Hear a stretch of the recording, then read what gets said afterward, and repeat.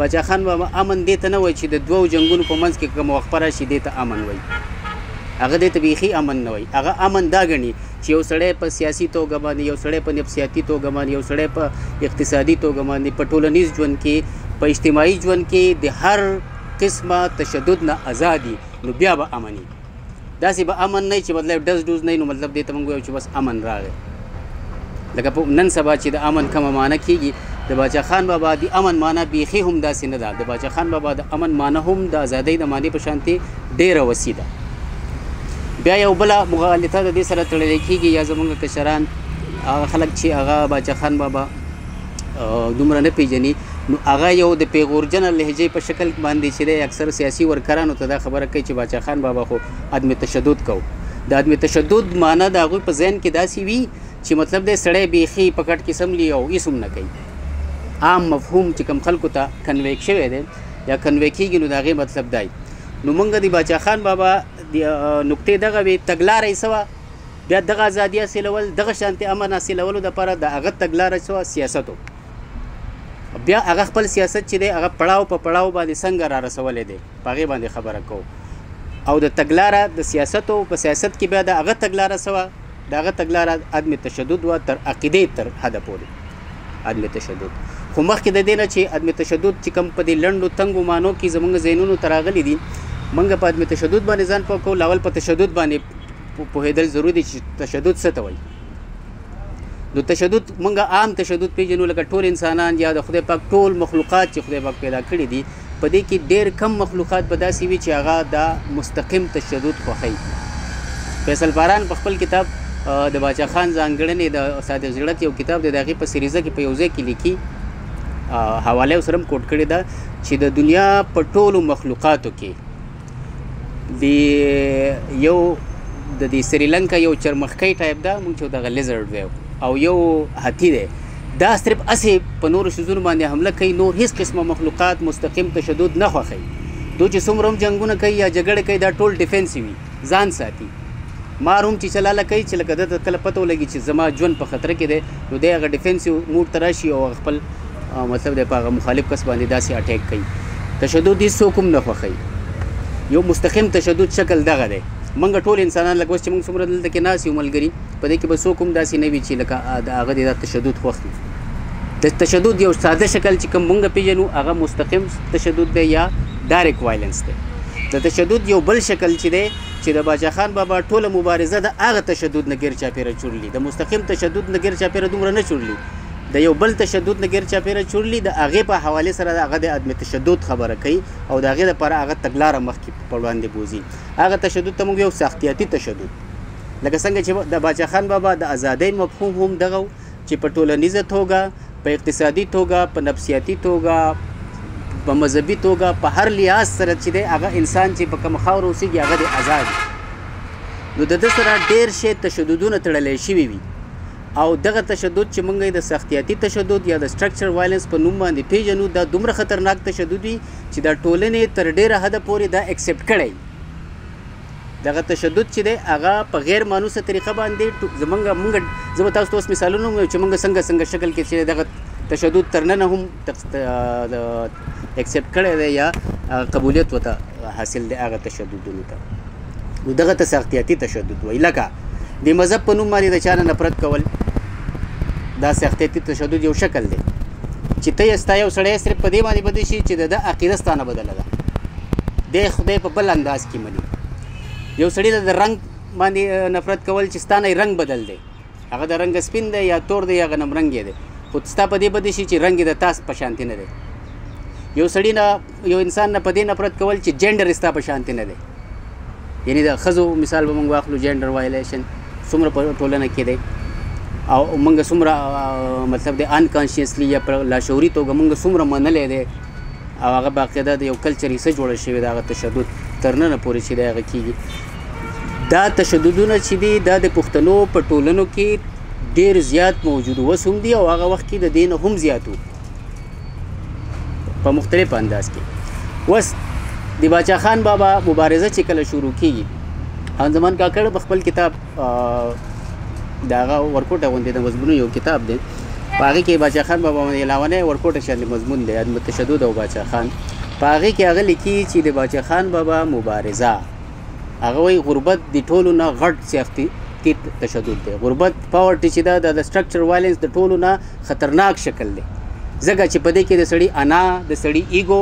هغه مسخ کېږي. نو باچا خان بابا د غربت چې دی هغه هم د تشدد یو شکل ګڼلی دی. بیا د غربت نه د خلکو د رابستو لپاره هلې ځلې هغه کړي دي لکه څنګه چې اوس مشر په خپل تعارف کې ووایي چې زه دوکاندار یم که نه. او دا خبره هغه تنزن هم وکړه او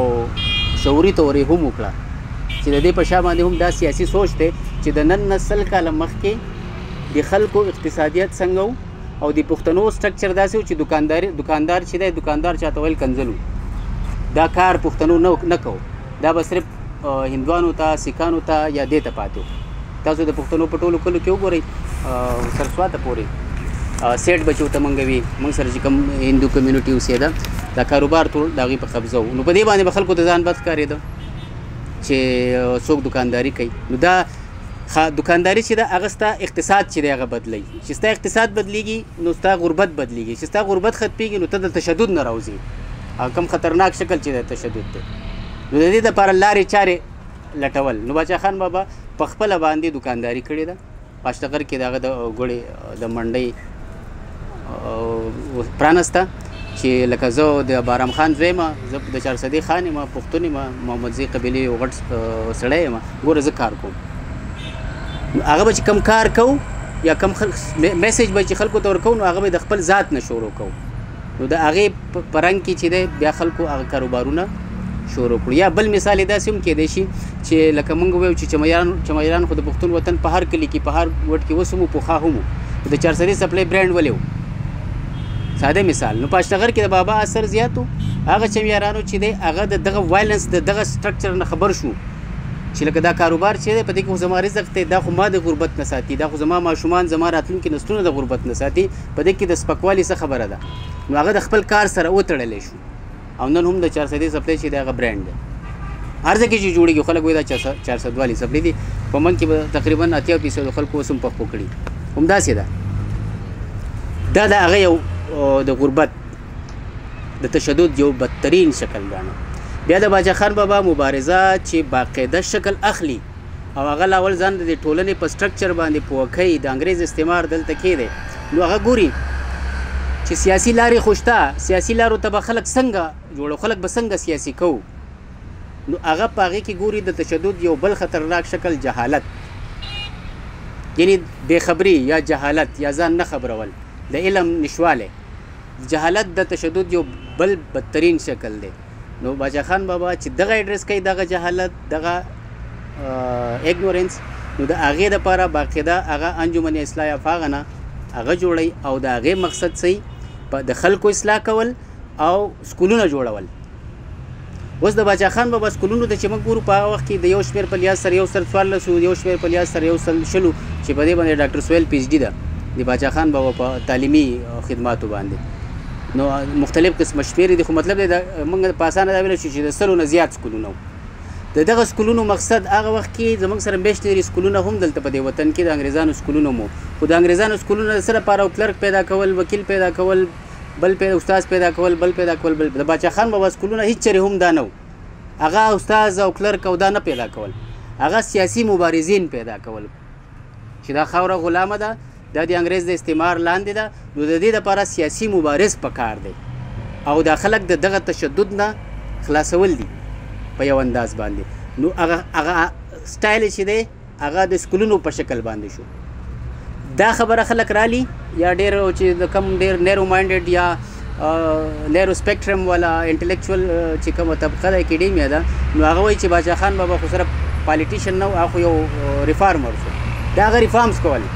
دا ریفارمز بیخي نه و، دا د سیاست تګلارې وې، تشددونه پېژندلو او تشددونه ختمولو طریقې وې. یو مبارز ګروپ لکه اوس چې موږ وړاندې ځو چې انجمن اصلاح افغانه پښتون جرګې ته بیا څنګه کنورټ کېږي. نو هغه سکولونه جوړول. بیا د سکولونو کمال دا و چې په هغه وخت کې باچا خان په خپله د انګریزو په سکول کې سبق ویلو تر 10مه پورې. بیا د هغه ورور چې کوم مشر و ډاکټر خان د بمبئی کالج نه MBBS کړی، بیا د هغه دپاره MRCP دپاره انګلینډ نه هغه سبق ویلو میډیکل سپیشلیسټ هغه وخت کې د دوی دومره وس کېده چې دا خپل ماشومان هم په هغه سکولونو کې داخل کړي خو په اتمانزوب کې چې کوم لاولنی آزاد مسلم سکول جوړېږي د هغې لاولنی انرولمنټ چې کېږي د هغې لاولنی طالب العلم چې دی 4 کلن ولی خان په خپلو یعنې د هغه خپل زوی ورسره غني خان دا د هغه ګریټنس و چې هغه مبارزه د خپل کور د خپل ذات نه شروع کول او د خپل ذات نه علاوه بیا د خپل کور نه شروع کول نو د جهالت په خلاف باندې چې دا مبارزه چې دغه شروع کیږي بیا وړاندې ځي خلک رو پوهېږي چې کله علم راځي پوهه راځي شعور راځي نو بیا پوهه راځي بیا سړی پوهېږي چې زما دشمنان څوک دي یا زما خاوره چا قبضه کړې ده هغه د دغه وایلنس نه د وتلو کوشش کوي نفسیاتي طور هم داسې ده دغه 7 کالو د کال 1919 نه شلو نه بیا تر 20مه کې پښتون جرګه جوړېږي پښتون جرګه بیا په دې باندې جوړېږي چې اوس د پښتنو په منځ کې چې کوم خپلې مسلې دي قبایلوي مسلې دي د تپو مسلې دي د خیلونو مسلې دي د ځمکو مسلې دي او په دې باندې په سلګونو کالو نه چې د جنګونه روان دي د نیکه دشمني چې د وسیته پاتې د هغه نه ختمېږي نو دغه اصلاح کول دي ځکه چې ته کله دا قوم د دغه وایلنس نه راو نه باسي نو ته د یو غټ دشمن نه چې د هغه په سلطنت کې تر هغه وخته پورې چې نور نه پرېوتو ټوله دنیا هغه قبضه کړې وه د هغه نه ته ازادي څنګه حاصلې چې تا سره داسې روان جاړ مات رامات قوم نو هغه د اغزي خلکو په منځ کې اصلاح کول پښتون جرګه جوړېږي د پښتون جرګې د جوړېدو سره سم هغه وخت کې داسې یو سایکي وه د خلکو لکه څنګه چې نن ده لکه د نن سایکي دا ده چې صاحب ناست دی چاته انګریزي ورځي نو دا ډېر قابل عالم سړی دی ښه خبره ده ژبه زده کول خو یو سایکي خو ده که نه ټیک شو چاته اردو ورځي یا زموږ په سکولونو کې یو قسمه دغه دی چې استادان د ماشومانو سره په اردو کې خبرې کوي په هغه وخت کې د ژبې په لحاظ سره هم داسې سټرکچر و چې خلکو به پارسي او عربۍ ته زیات میلان چا به چې ښه پارسي ویلی شوه یا به پښتو کې د پارسۍ ګران ټکي رامنډل دا ویل په خبرو کې د کول نو دا باچا خان بابا دا خبره محسوس کړه چې په دې حالاتو کې دا خلک د خپلې ژبې نه څومره لرې دي نو په کال 20م کې پښتون جرګه جوړېږي په کال 1928م کې یو کال پس د پښتنو لاولنۍ میاشتنۍ رساله شروع کېږي پښتون چې هغه تر ننه پورې دوام لري اوس هم چاپ کېږي یعنې دغه رسالې زموږ سره دریم دور څلورم دور کې چې لږ په منځ کې پابندیانې بنده شوي بیا شروع شوي مدنه شوي بیا شروع شوي خو دا په څلورم پړاو کې ده اوس هم چاپ کېږي دا د کال 1928م ده سړی سوچ په دې باندې وکړي چې د نن نه پوره 90 کاله مخکې د پښتنو د لیک لوست دغه به څومره و ریشو به څومره وه د هغې دپاره دا سوچ کول چې باقاعده د دوی یو آرګني دغه په شکل کې د جرنالیزم په شکل کې د اخبار په شکل کې نو هغه رساله به چې دی هغه چاپ کېده هغه بیا حجرو ته تله یو کس په لوستونکي و ټول خلک به لکه څنګه چې موږ ناست یو کس په لوسته او نور ټولو به اورېده نو په هغې کې به چې کوم د دغه پښتون جرګې کوم میټینګ به شي د هغې خبرې به پکې وي کوم چې پېښور ګیر چاپېره چې کوم د دې تنظیمونه و د هغې خبرې به پکې وي دا په دغه وخت کې د دې سره سره یو کار بل هم کېږي چې زموږ سره خو د فوک ادب را روان دی د زرګونو کالونه څومره چې د پښتون جوړ دی دومره فوک ادب جوړ دی که نه لکه مستې منګې بر وړی دی زړه مې دلبر وړی دی که نه ټیک شو توره بارام خانه نوابه او څڼې دې غوړی که چې باد یې رپوینه پښتو فوک و فوک په شکل کې موږ سره سندره وه ځکه چې اجرا باده وه رباب و منګی و اوس دغه فوک دا شاعران دا باقاعده یو سیاسي حالت ته راوستل چې هغه په دغه فوک کې یا د دغه سندرې په هم په دغه سټرکچر کې نوې تجربې هم وکړي د نورو ادبونو هم خبر شي او د خپل قام قبیلې د خپل قام د ستونزو او د دې مسلې پکې هم شعر ته راشي ځکه چې روایت خو موجودو پروګریسیو موومنټ په کال 1913 کې شروع کېږي د رشیا نه چې دغه راځي پروګریسیو موومنټ د طریقې پسند د په اردو کې موجودو 1913 کې فیض احمد فیض او فراق گورکپوري دا چې کوم خلک وو هغه څیز بیا دلته راوستل دا د یو کمال د تشدد نه د خلکو د خلاصولو